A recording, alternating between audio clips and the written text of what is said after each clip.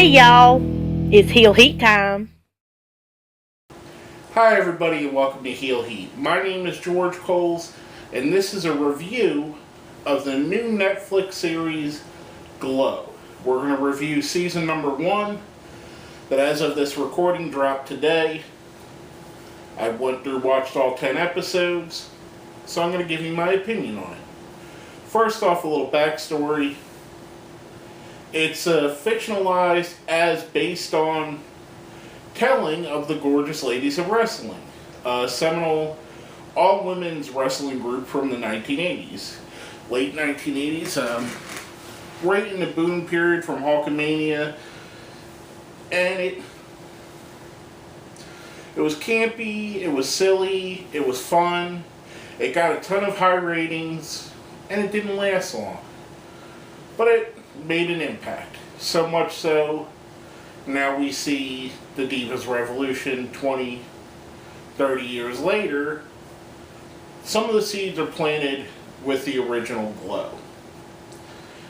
Now, coming from that, going to the actual series, it borrows there's some similarities. Some of the characters are similar to Glow characters. The storyline is similar but changed. All of the names are changed. No one in the show has one of the original Glow names. It's all different people, different named. However, they drew inspiration from it. The two main stars of the show being Alison, Brie, and Marc, Maron, they go from the original casting call of Glow all the way to the airing of the first episode is what season 1 entails. And in that we have everything from Alison Brie's character sleeps with her best friend's husband, and spoiler alert, I'm going to mention stuff that happens during the series, so if you haven't watched it yet, I do apologize. Well, I'll just generalize it, basically. That's the only spoiler. I'm sorry if I ruin it. But that happens early in the first episode, so keep powering through. We get to see the different dynamics between the different characters. Marc Maron's character is the director of the show. Basically, he's in charge of putting everything together. They show, much like in real life, the director came from a B-movie history and started making Glow. They did just that in the show too. There's a big money backer, just like in real life. Real life, he was someone that worked in Vegas as a casino owner. In this, I don't believe they actually, well they do, they say his family comes from a canned goods family.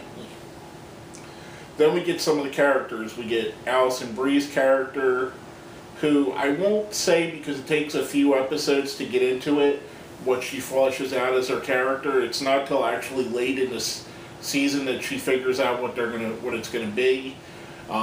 We get some other characters like Awesome Kong is in it, does a great role.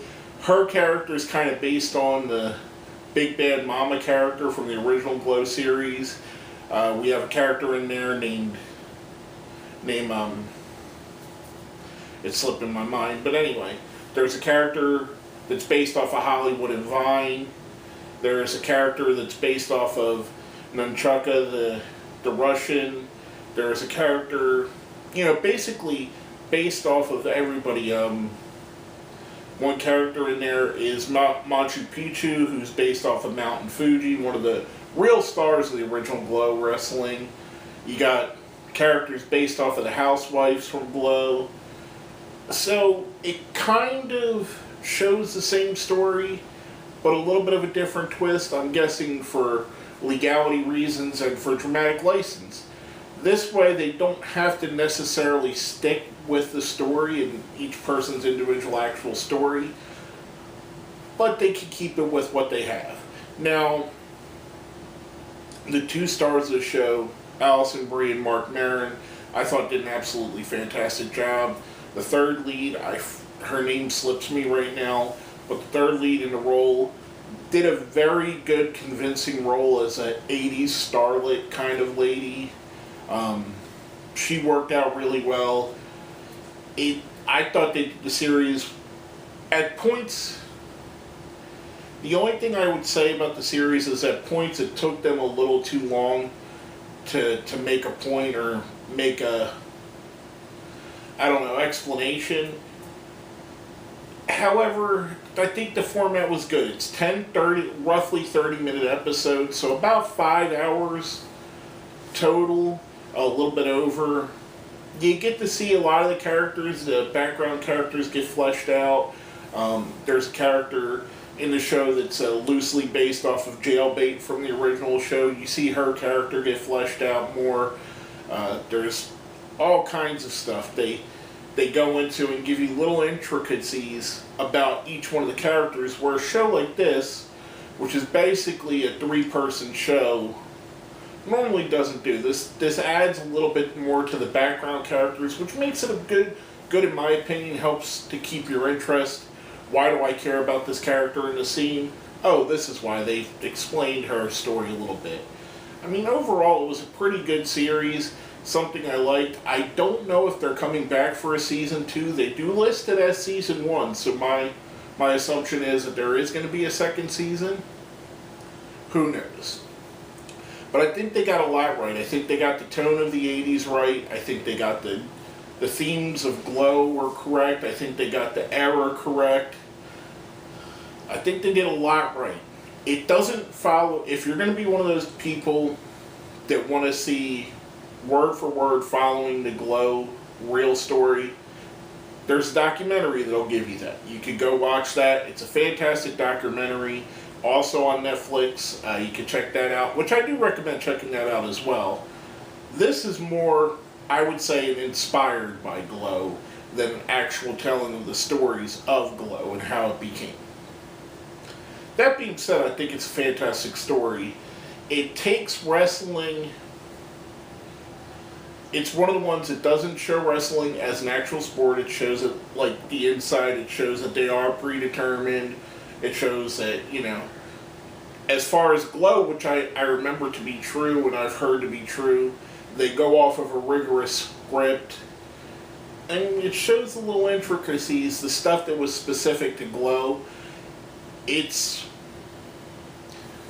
I liked it. I think it was very enjoyable. For all of us that know that kayfabe is out of the bag, of course there's going to be the people that say, oh, they didn't.